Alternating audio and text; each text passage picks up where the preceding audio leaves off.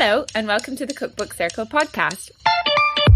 I'm Hannah. And I'm Victoria. And we've set out to review the UK's most popular cookbooks, those that you probably have at home and haven't opened in a while. We take one cookbook each episode to cook from and to stress test, digging out their best recipes, bringing them to life again, and hopefully inspiring you to do so too.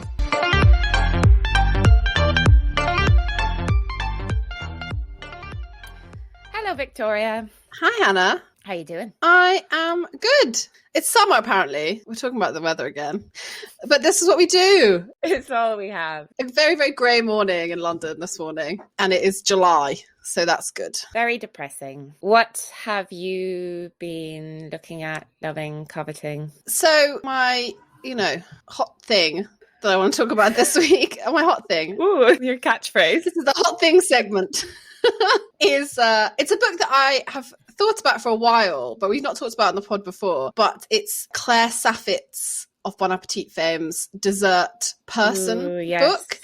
And it's been kind of following me around the internet, which it probably has for most people since it came out. I don't know if it came out this year or last year. I have a feeling that maybe it came out for Christmas. Okay, yeah. If you don't know what I'm talking about, you definitely have seen it. It's got that beautiful citrus cake on the front with oranges, or I don't know if it's grapefruits. All the same. On the front, and it's like Dessert Person, and it's like just good. And I've been thinking about it. I haven't bought it yet, but it's a little bit of an expensive book because it's like an American import, as they all are. Yeah. Quite expensive. But this week I saw on Instagram, Felicity Spector had cooked the honey tahini challah bread. Oh my God. From the book. And I was like, I need that in my life. Yeah. It looks so good. And I had a little look at the list of recipes in it. And like just, to think like, do I want this book really? Yeah. Because as we know, I'm not a huge baker. No. Like, you're just a normal size baker. I am. I'm not even a tiny baker. I'm just a hold me close now, tiny baker. Yes. But there's some really amazing sounding recipes in this book. Sorry. That's my audition for X Factor this year, including kabocha turmeric tea cake. Wow. How trendy. Getting all those like buzz ingredients in there. I love a kabocha, can I just say? Did you know I lived in Japan? And they eat that a lot there. And I was like, I'm very keen for it. So creamy. Such a creamy pumpkin, which is our band name for the week. Yeah. Peach Melba tart. Lovely. Peanut butter and Concord grape sandwich cookies. I'd probably die for those. Yes, they sound amazing. What is a Concord grape? I guess we'll never know. That's such an American thing. It flies really fast across the Atlantic. Got you. Well, clearly not fast enough because I've never seen Concord grapes in the shop here. I feel like the Americans specify fruits a lot more than we do. You know what I mean? A Concord grape, key limes, shit like that. They're the only examples I have. I'm sorry. Well, some of the books we've done before, you need a Japanese aubergine or something. I guess it's just because they have, choice. Yeah, they have different climates so they can grow things. Whereas we're like, you just take the lime that you get in Tesco, mate. Literally. Yeah, it also has a whole breads and savoury baking section. We love that. Yeah. I was mostly interested in the all-allium deep dish quiche. Don't love a quiche, but all-allium sounds great. Yeah. And the pull-apart sour cream and chive rolls. So yeah. I'm putting it on my birthday list. Okay, noted. Thanks, guys. So that's that sounds great. That's the book that we are not talking about this week. We are not talking about that book this week. But we're staying in America. We are. Are we? I don't know. You know the deets. I do know the deets. I will share the deets. First, I will remind you what we do here in case this is your first time joining us and you're a crazy person. Vic and I put together all the lists that we could find online of the best cookbooks ever. We put them into one big old master list, and then we've taken the most mentioned books from that big master list. And we take one each episode, we leaf through it. I won't say we read it. We browse. We cook from it. We talk about it. And then we rate it. And this episode's book is Joy of Cooking. They dropped the. Oh, they did? Yeah, it used to be The Joy of Cooking, but they got rid of that. It was holding them back, I guess. I would like to suggest that to Stephanie Alexander's team as well. You just want it to be Cook's Companion? Yeah. Okay. Because the always throws me. You need an article, though. You need... I'm a grammar I'm a grammar Nazi. I know. I just rolled my eyes at Hannah when she said that. I was like, yeah, but is it easier for me to write and say if it's just Cook's Companion and it's it's alliterative, Okay. I'm about the vibes and you're about the grammar. I think Cook's Companion has better vibes.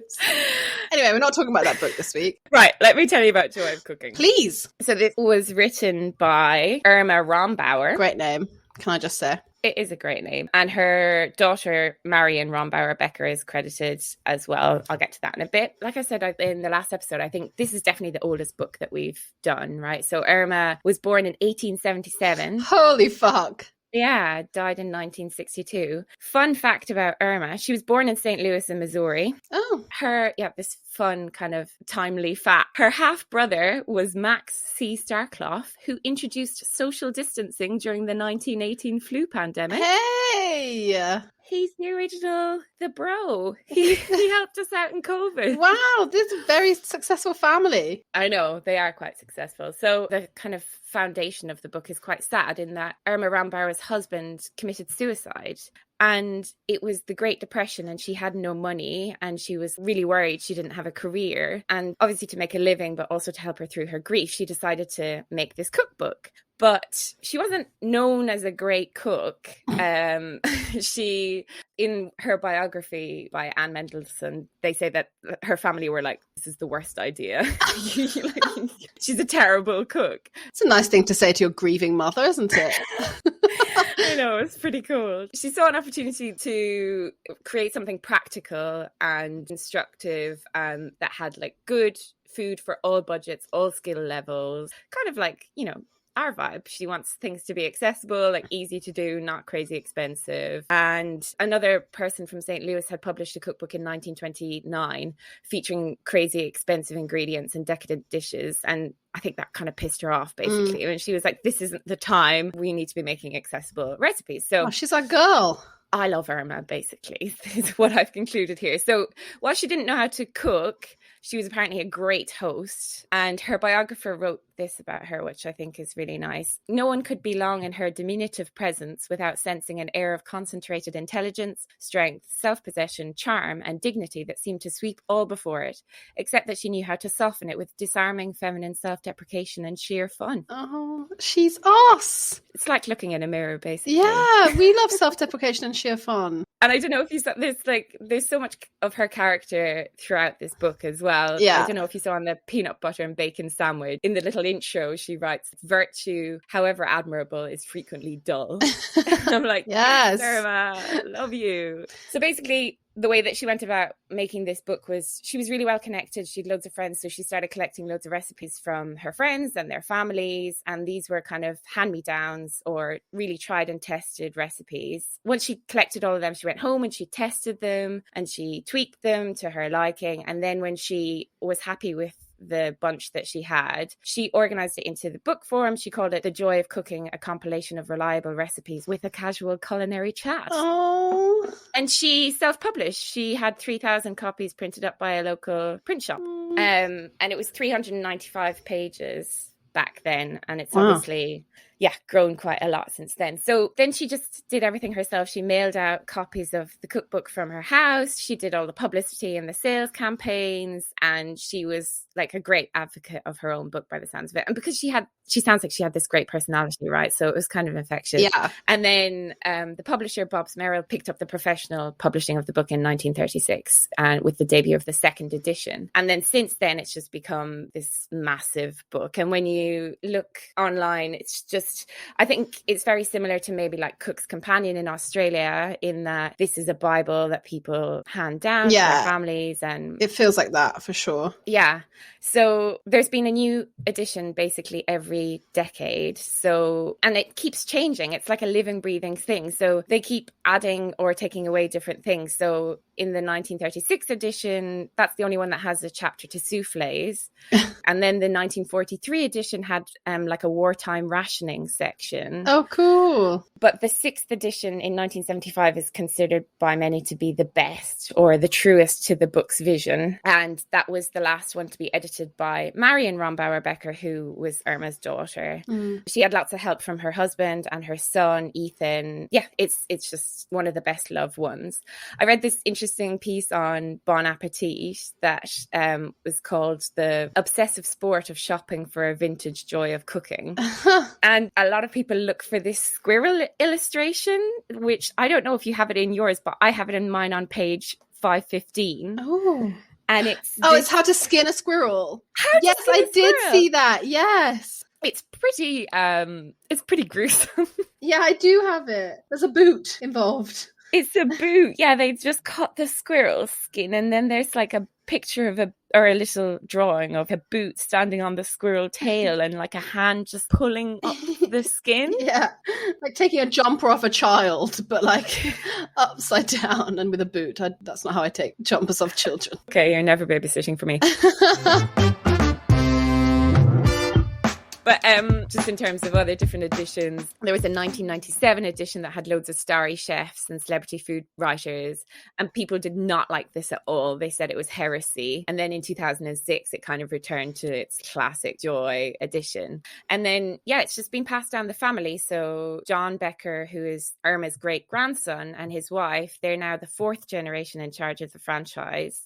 And they just released a new edition in 2019 that had loads of new shit in there, like ramen, nice. Anzac biscuits, Eton mess, ingredients that had come about like umeboshi and stuff like that. So they're always kind of updating and trying to keep it relevant and timely, which is quite cool. Yeah. Like, I don't think you could say that for many cookbooks. It's just like bash it out, one edition, whereas this just keeps evolving. Yeah, that's amazing. It's just really widely loved. There's very little criticism of this book. The New Yorker said that the only negative about it, or that people have to say about it, is that it's more of a general reference volume rather than like a recipe go-to. But they defend that and say that there's loads of recipe books out there. So, you know, it's almost a compliment to say that this is like the reference book. And yeah, I don't know if you noticed in the book, but there's loads of recipes that have the word cocaine at the end of them. Yeah, I did notice that, and I was very confused. I was very confused. I thought it was a technique or a way of cooking something, and then Googled it, and it's actually in the foreword as well. Oops, we got caught out there then. For now. Sorry, Irma. We just jumped straight in there. In our defense, it's massive. It's 900 pages long. I think every book has been massive now. Yeah. So just take it for granted that it's a massive book if we're talking about it. But the cocaine thing is because there are so many recipes in this, and people tend to say to Marion or to whoever in the family, what are your favorite recipes? Their way of kind of denoting their favorite recipes was to put the word cocaine at the end of each of their favorite recipes, which is weird but cute. I mean, they could have just put like a little tick or something, but I like it. It's code. Yeah, it's interesting because like there is, in the front of the book, there's like a key, right? That's got these different symbols that they use. There's like an arrow and a little icicle for frozen foods and a blender and stuff. So they could have put it in there, right? Like they should have said, if it's something cocaine, then it's one of our faves, or it's a family fave or whatever. It's a special one. But, you know, they keep you guessing. They make you read, which is, you know, good for the kids. But yeah, I mean, there's so much to say, and there's tons of stuff online. There's like biographies about Irma. I probably haven't even done it justice, but it's just an incredible piece of work. What a great story. Yeah, I love it too. I feel like I love it. I love her even more now. I know, I love it. Yeah, what were your first impressions of the book? So yeah, like I said, it's big, it's massive, but that's part of the course these days with our pod books. But it felt quite intimidating, I guess, when it arrived. There's some like sketches, as you mentioned, the squirrel in here. There's no pictures, it's all black and white, and it's very densely packed. Like if I go to any given page, there's at least 4, maybe 5 recipes on it. Like it's not like your standard cookbook where it's like 1 per page. So I was a bit worried about where to start. But what I did love is, so at the beginning there's like a menu section, which I loved. And I initially wanted to cook a whole menu. So there's breakfast and brunch menus, and then there's luncheon menus. The luncheon goes on for ages. It goes to the fish, meat, eggs, dinner for family and friends, and then like fancy dinners. And there's even like a wedding menu suggestion. And I think that's that is a good place to start, because it shows you what she thinks or what they think goes together. Yeah. That was helpful in getting to understand the kind of book that it is. I mean, some of it's pretty like, really? Gross. But I have the 1975 version. So we're still with like, there's an aspic section. Apples stuffed with sauerkraut was one that I was like, what? Yeah. There's a lot of like interesting things that you maybe in the more modern editions there aren't, which would be a shame actually. Yeah. Like I didn't know what a timbale was. I know. And there's a whole section in the egg section of timbales. I Googled it and it's like a little, like you cook it in a ring. Yeah. And like layer it. Kind of a custardy thing. Yeah. You make like not a sweet custard, like a savory custard, right? And yeah, then I think so. Add different things like veggies or meat or whatever. There's a definite theme of like rings. This was obviously a time of everyone's got these like cooking rings. Then you put things in. Like a lot of the rices you put in a ring. And I love that. I was also very surprised and delighted at how many like international recipes are in here. I know. There's loads of kind of German sounding recipes. There's Japanese recipes. I think I saw a Burmese recipe. Like for its time, amazing. It's incredible. There's pictures even of like chopsticks and how to eat the things from different cultures. And I was like, that is so great. Absolutely. There's loads of Irma was doing it before it was cool, but loads of sourdough stuff as well. There's like a sourdough chocolate cake. I thought that was really ahead of its time. It's really impressive. Yeah, so I think once you got into it, and like you said, it does feel very Cook's Companion for an American audience, because there's very American things in here. Yeah, like the baking section, the breads and the cookies, and the Christmas section. There's not Christmas section, but there's various Christmas bits in here, and it's all feels very American, which I love. You don't get that very often. No, totally. Did you see the cheese carrots? No, that sounds disgusting. You grate some yellow cheese, you moisten with cream or salad dressing, and you shape them into small carrots and place a sprig of parsley on the end so it looks like a little carrot. What a surprise for someone. There were so many of those recipes. There was the turtle soup as well. Yes, which I was like, oh, that's a euphemism for something, but no, it's real turtles. Yeah, or terrapin if you're feeling it. But you can just buy a can of that. One of the recipes I saw was like, oh, just a can of turtle soup. I was like, oh, the Campbells make that?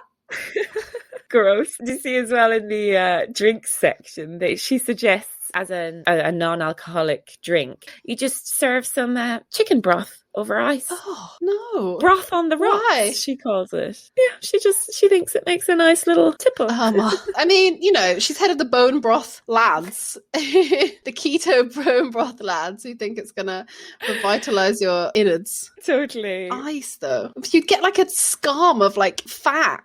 Sorry. Not the word scum. No. Sorry, lads. Yeah, and she does do have a good overview of ways to cook things. Like, so if there's ever like a donut, for example, or like a croquette, she always says at the beginning of the recipe, go and read about deep frying foods. And there's a chapter, well, not a chapter, but there's a few paragraphs about how to deep fry foods effectively. Yeah. There's no expectation of skill. It's all there up for learning. Yeah, she assumes nothing, which is quite nice. So, which is, I guess, that's what she was trying to do, right? She was trying to help the sisters out struggling with the Great Depression. I didn't think anything was too difficult. I didn't see a recipe apart from maybe the skinning a squirrel, which felt like, oh, this is a project or something that would take me a long time, or that it definitely feels like it's all like kind of weeknight, good for the whole family. Yeah. Did you see the high altitude section as well? She has like a section on high altitude cakes for baking at like 5,000 feet, which... it's just mental. I never even thought about how altitude would affect baking on a plane. Bakes on a plane. God damn it. What the hell? Bakes on a plane. I guess she's just thinking about those people that live in like Denver and the Rockies, and a lot of and I think this is probably, it was very like 60s 70s thing, right? A lot of like meat and sweet. A lot of pineapple happening with ham, which is obviously that's a thing still, but like, you know, like pineapple French toast where you put like egg and pineapple juice in the eggy bread mixture, and then you serve it as a sandwich with ham. And I was like, I don't know how I feel about that. Love that there's a whole sandwich section though.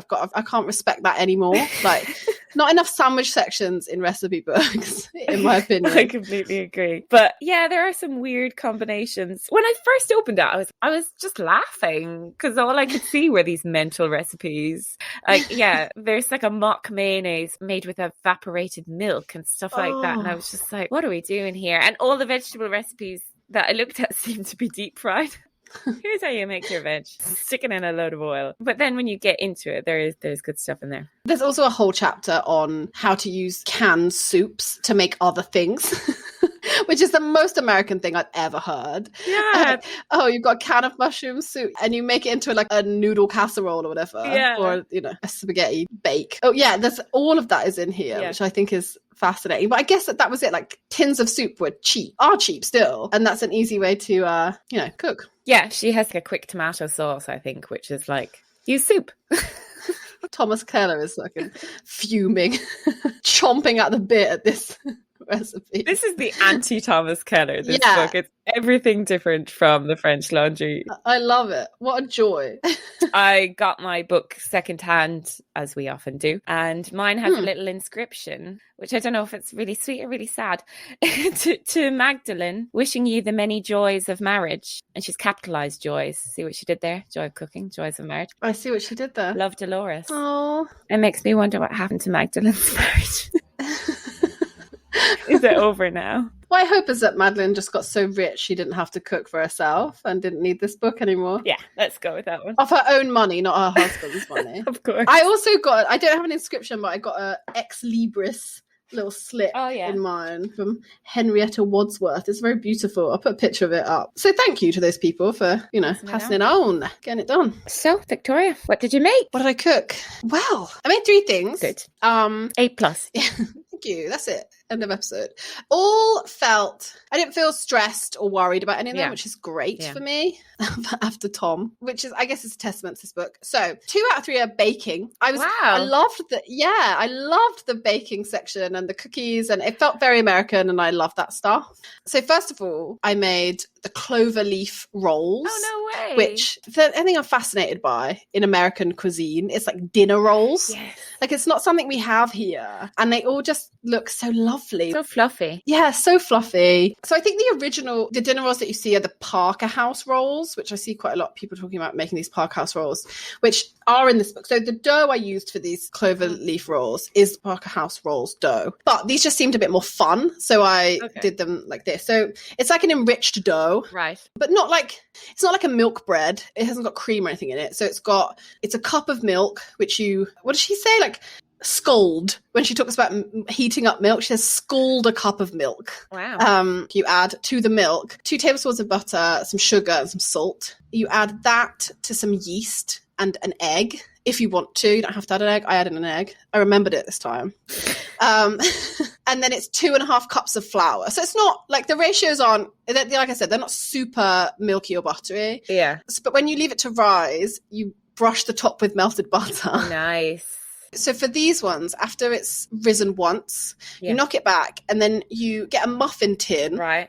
And you pull little balls off the dough and roll them up, and you put 3 little balls into each muffin tin, and then you let it rise again. So they look like little clover leaves, I guess, and they come up like little muffins, and then you bake them. Yeah. You brush them with melted butter, of course, again. What I will say about this book, and maybe you found the same thing, is that because it's quite old, you have to keep an eye on stuff in the oven, because I think the temperature and the timings are made for ovens in 1975 or even the 1930s. So I think I maybe cooked them a little bit too long because I was going by her instructions. And I think also I definitely made them bigger because these recipes, particularly in the baking section, they're massive. So this is meant to make 24 2-inch rolls. Yes.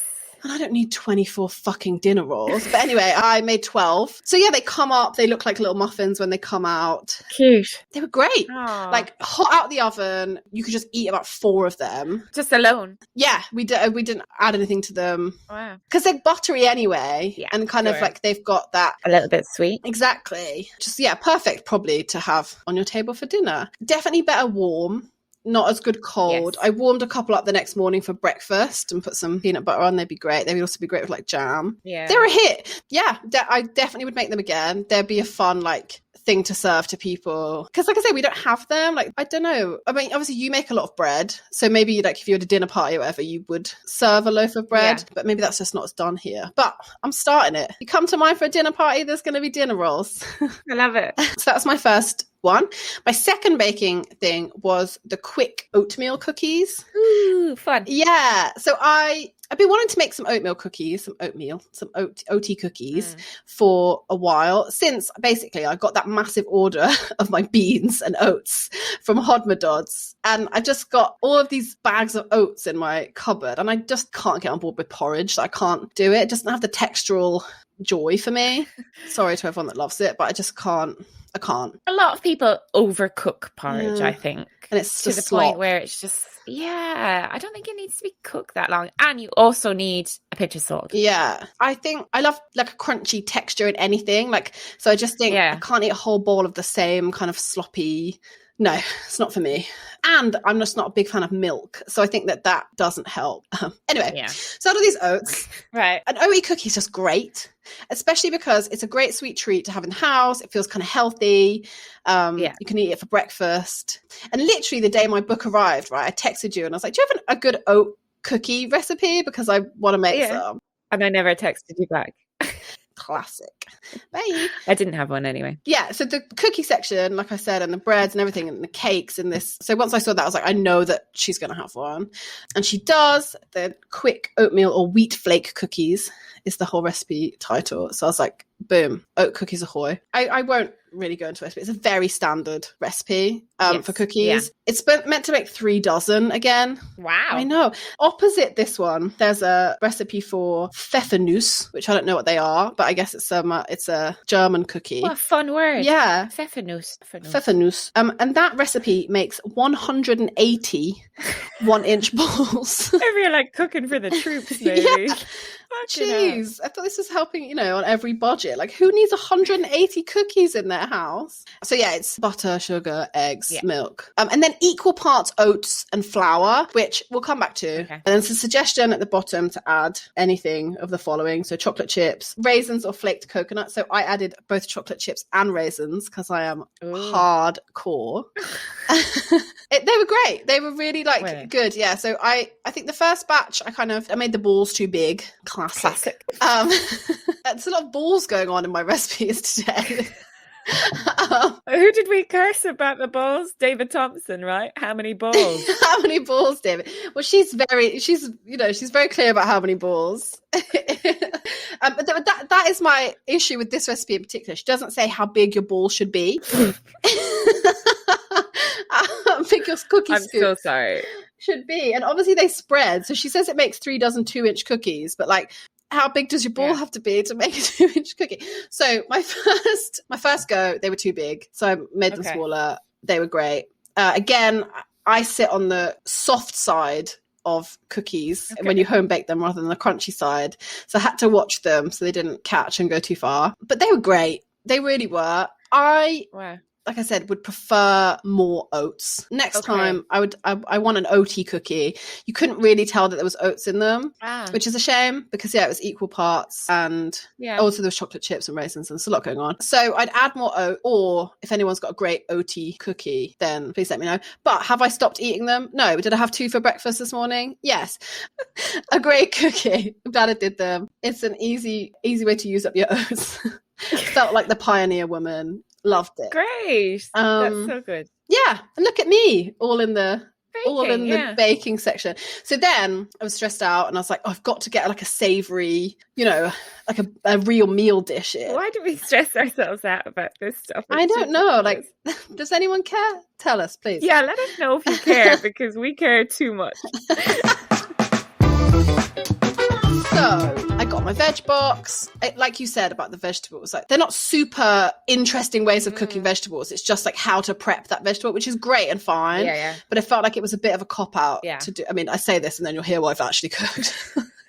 But so in the end, what I cooked was the rice baked in chicken stock. Oh. So very simple. Yeah. And the reason I did this was, firstly, I wasn't feeling very well yesterday. And that's when I cooked it. And there's a story. Here's a story incoming. Here we go. When I was at university, my friend Liv, my very good friend Liv, who was maid of honor at my wedding, and I love her dearly. When you were feeling a bit shit, maybe hungover, or maybe just sick, fresh as flu or whatnot, she would make this amazing, like she called it sticky rice. Okay. And we were at uni, we were poor. It was magic. It was like rice cooked down with a stock cube until it went like sticky, basically. Wow. And I just loved it. And I think about it all the time, particularly when I'm not feeling very well. Right. And it's one of those like food memories that like I wish I'd ask her to cook it for me again, or like, this is your chance. Liv, get on it. Gee. Yeah. She's a midwife now, so she's not busy at all. She hasn't had a busy year at all, like working in the NHS. So she's come around and cooked for me. I saw this and I was like, I wonder if this tastes like Liv's sticky rice. Right. Let me give it a go. Yeah. And also it just sounds like a nice way to eat rice. Yeah, comforting. So there's this recipe from the Quick Roasting Tin book that I have that we make that is a similar thing. And it's like, it's rice and then like chicken stock, and it's got like, you put chicken and tomatoes and peanut butter, and it's incredible. Wow. Yeah, it sounds like a bit weird, but it's great. And I just love that taste of rice and chicken stock. Anyway, this is boring. So I made it. So here's how you make it. Very easy. So you use like a oven-proof dish, a fireproof casserole dish, which I used. Fry an onion in some butter. Add the rice. Coat that up. Add your chicken stock. So it's 1 cup of rice and 2 cups of chicken stock. And then put that in the oven for about 25 minutes. And then when it comes out, you then have to stir 2 tablespoons of butter through it. Loving all this butter, actually. Yeah, I know. There is a lot of butter in this. Great. And it was lovely. It was too buttery for me. I shouldn't have added so much butter, but, you know, I was living by the recipe. Yeah. There's a kind of a cop-out dish, but it tasted lovely. It wasn't quite like Liv sticky. It wasn't chickeny enough, maybe. I don't know. Okay. But it was really nice. Like, again, quite plain. And so if you don't love plain rice, which I do, and I could eat it in its droves, but like it's a nice way to like spice up your rice if that's what you're into, and serve it on the side with something. So it sounds pretty boring, but, you know, I really enjoyed it, and it did settle me a little bit in my not feeling very well. If you ever write a cookbook, please can you call it Spice Up Your Rice? Yes. I think that there's something in that. I don't have that many recipes because I just really like plain rice. Just hook it up to my veins. Don't spice up your rice. That's my cookbook. It's a very small book. It's 5 pages long. It's just with different rice and how you cook them to be perfect to eat on their own. Yeah, great. So that was me. Had a really great time. There was loads of stuff that I could have cooked, but didn't, obviously. Yeah, what did you cook? I cooked, again, like you said, so many of them are really simple that I feel like I've done 3 cop-out dishes because everything was like quite easy. Yeah. I was enjoying it because, you know, like we said, the last episode wasn't great crack. So, sorry, Tom. Sorry. I welcomed the simplicity. So the first thing that I made, you know, I love toast. Yeah. Anytime I see a toast recipe, they're usually very complex. I can't resist. So I did the puffed cheese with mushrooms on toast. Oh, there's a lot of puffed things in there, isn't there?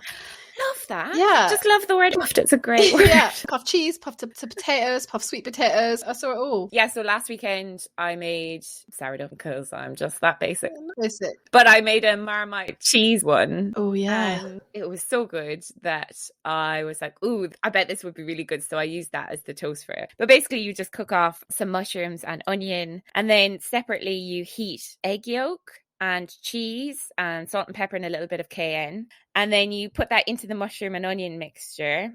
And then separately you whip up some egg whites till they're stiff but not dry. And then you kind of fold. Don't say it. That's our band for the week. Our second band for the week. Stiff but not dry. So you fold these egg whites into the mixture. So I guess it like lightens it a little bit. You toast some bread on one side, you put the cheese mixture on the other side, and then you bake the toast. And I think it was meant to puff up a little bit more than it did. I probably didn't whip my egg whites enough, but it was really yummy. It was very delicious. And it was almost like, Welsh rarebit vibes, but with mushrooms. And yeah, I would definitely do it again. I thought it was great. It looked very ugly, so I'm sorry about that in advance. I was going to say, I can't imagine I can't really imagine it, but I'm excited to see a picture. Oh, don't be. Okay. But I can't really imagine it. But if you're saying it's like a Welsh rarebit, but then puffy. Yeah. And you can see the mushrooms in there. So it just looks like cheesy mushrooms on toast, I guess, enriched with an egg. But yeah, it was great. I inhaled it. Loved it. And it was really good with the Marmite bread. So yeah, that sounds, umami as fuck. The second thing I made was a bit of a hybrid, or I kind of cheated a little bit. I got a butternut squash in my odd box and just looked up she's got a whole squash section, and she's got lovely illustrations of the different types of squashes. And yeah, she's got some, very simple recipe of how you just cook a squash, basically. Roast it like a potato. That's what I thought about, because I do squash as well. There's a steamed stuffed summer squash.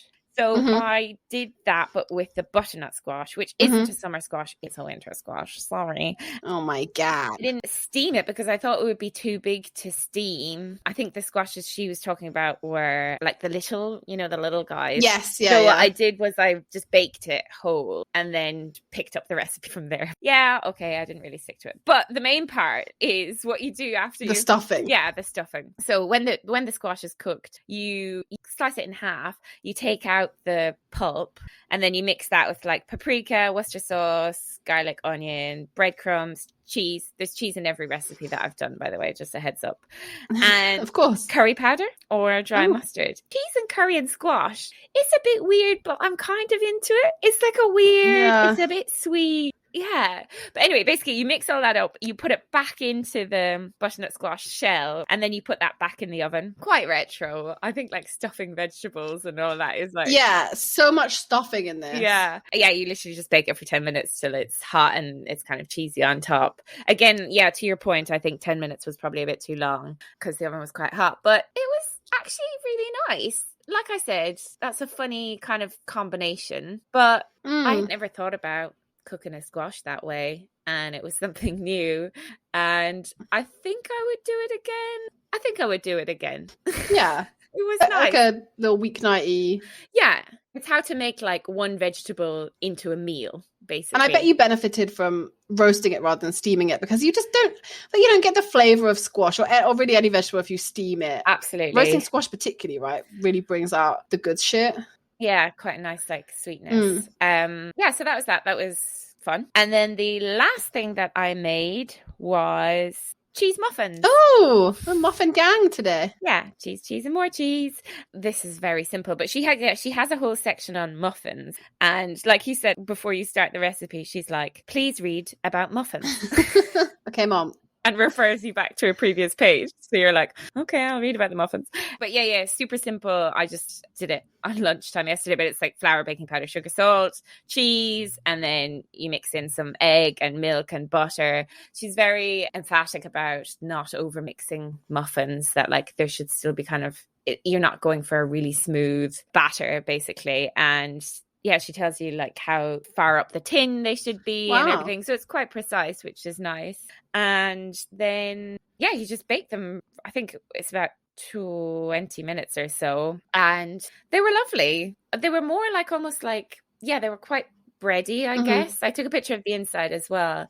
And yeah, more maybe bready than muffiny, I guess. But they're savory, so that figures.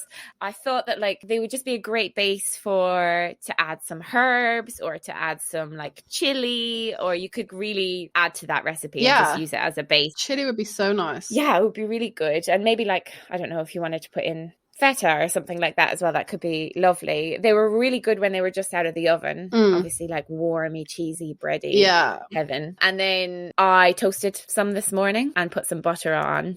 Oh, nice. And That was really nice. I would say, yeah, like when they were out of the oven, I did spread some butter on as well, because I was just eating them and I was like, this is missing something. And it's always butter. The answer's always butter.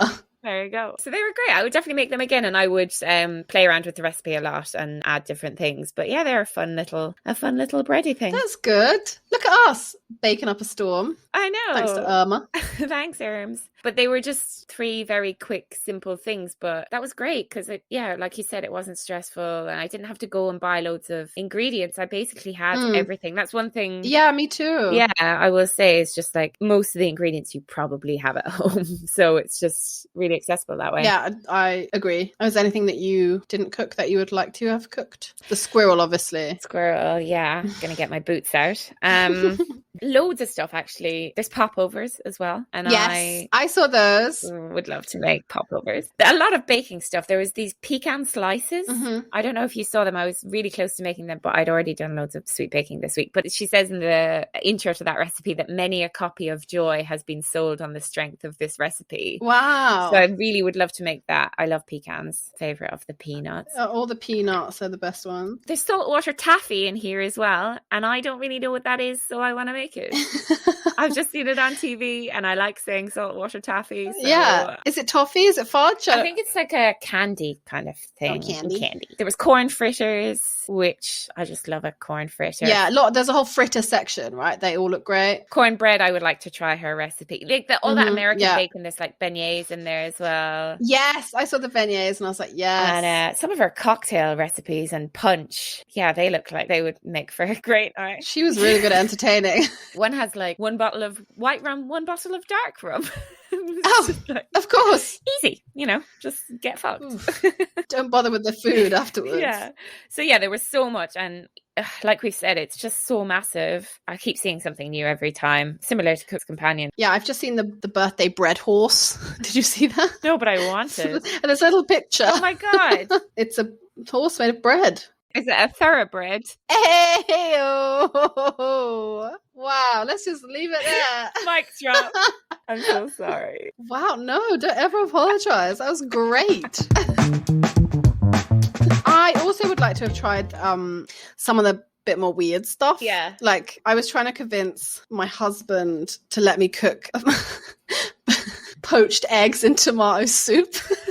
How'd that go down? How did that conversation go? Well, it was in one of the brunch. Yes, I love the brunch section. Menu. Yeah. The brunch menu is eggs poached in tomato soup. So you poach them in the soup, just to be clear. You don't poach them separately and then put them in the soup.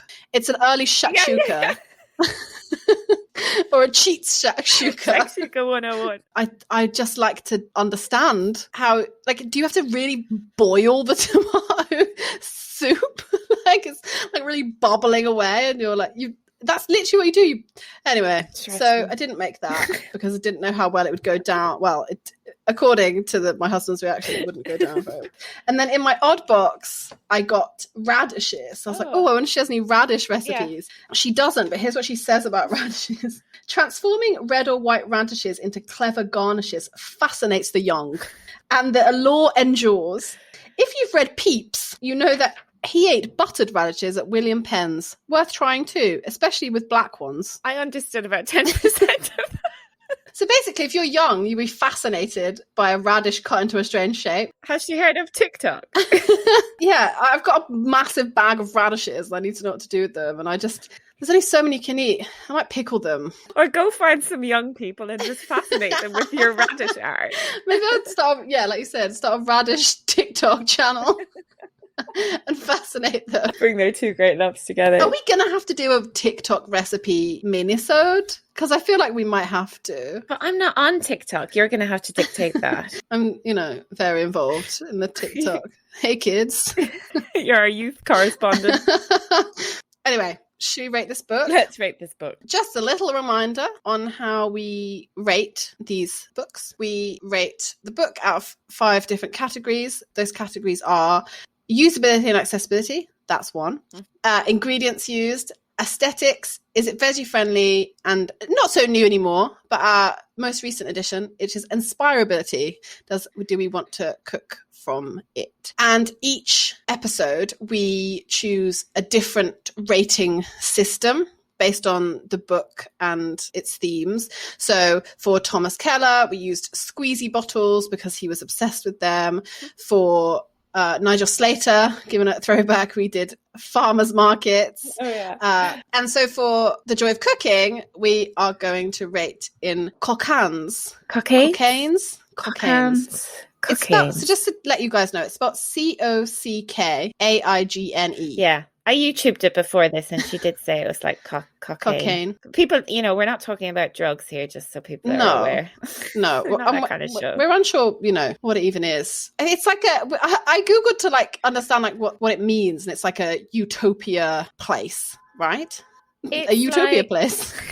A term in medieval times that signified a mythical land of peace and plenty. Oh, well, there we go. We're rating out of mythical lands of peace and plenty, or cocaines. Oh, I've just read something. Tell me. That the authors of this book named their country home Cockaigne. Oh. Yes, and then obviously they named their favourite recipes Cockaigne because they were cooking them up in the country house. Oh. All becomes clear. Probs should have had that at the start of the episode. Sorry, lads. But anyway, now you know. Now you know.